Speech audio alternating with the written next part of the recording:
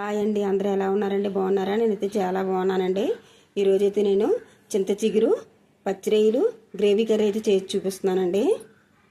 Items చింత చిగురు అండి, కావలసిన ఐటమ్స్ రొయ్యలండి, మసాలా పేస్ట్ కోసం అండి గసగసాలు పెద్ద టీ స్పూన్తో 2 టీ స్పూన్లు గసగసాలు తీసుకోవాలి.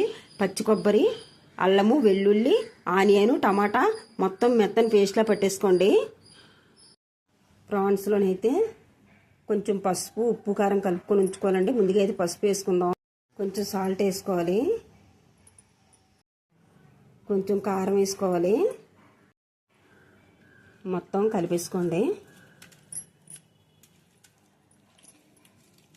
కలిపేసుకొని ఒక హాఫ్ అన్ అవర్ వదిలేసుకోవాలండి.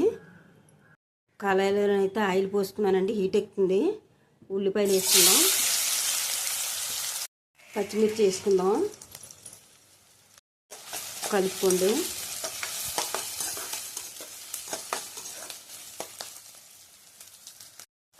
పసుపు వేసుకుందాం, కలుపుకోండి.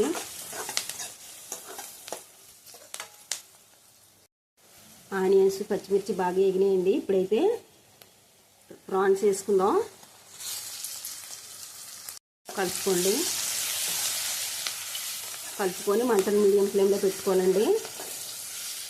రొయ్యలు వాటర్ అంతా బాగా కాస్త ఇంకిపోవాలి.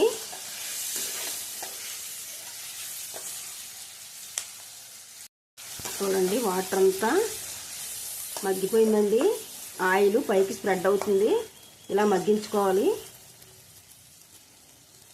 ఇలా చెప్పాను కదా మసాలా పేస్ట్ ప్రిపేర్ చేసుకోమని, ఆ మసాలా వేసుకుందాం, కలుపుకోండి.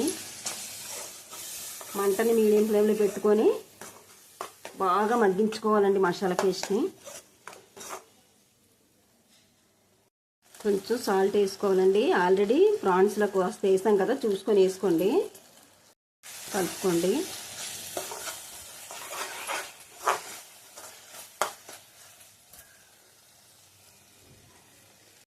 కొంచెం కారం వేసుకోవాలి, కలుపుకోండి. కలుపుకొని కారం కూడా బాగా మగ్గించుకోవాలండి.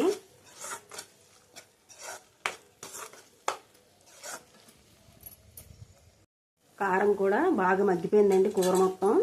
ఇప్పుడు ఇందాక చింత చిగురు చెప్పాను కదా, చింత చిగురిని అయితే ఇలా నలిపేసుకున్నానండి. మొత్తం నలిపేసుకుని చింత చిగురిని వేసుకోవాలి. ఇప్పుడు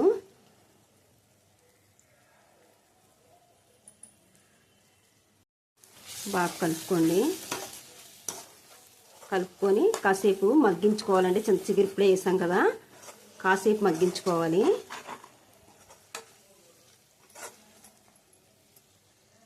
చింత చిగురు అయితే బాగా మగ్గిపోయిందండి. ఇప్పుడైతే కొంచెం వాటర్ వేసుకుందాం, కలుపుకోండి. మరి ఎక్కువ వాటర్ అయితే పట్టమండి. ఆ చిన్న కప్పుతో చిన్న కప్పుడు వేసుకొని బాగా దగ్గరికి మగ్గించుకోవాలి. మగ్గిపోయిందండి కూర మొత్తం. ఇలా దగ్గరికి మగ్గించుకోవాలి.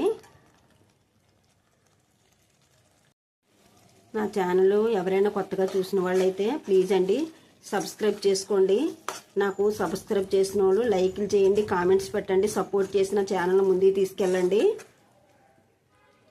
ధనియాల పొడి వేసుకోవాలి, కొంచెం జీరా పొడి వేసుకోవాలి, కొంచెం కొత్తిమీర వేసుకోవాలి.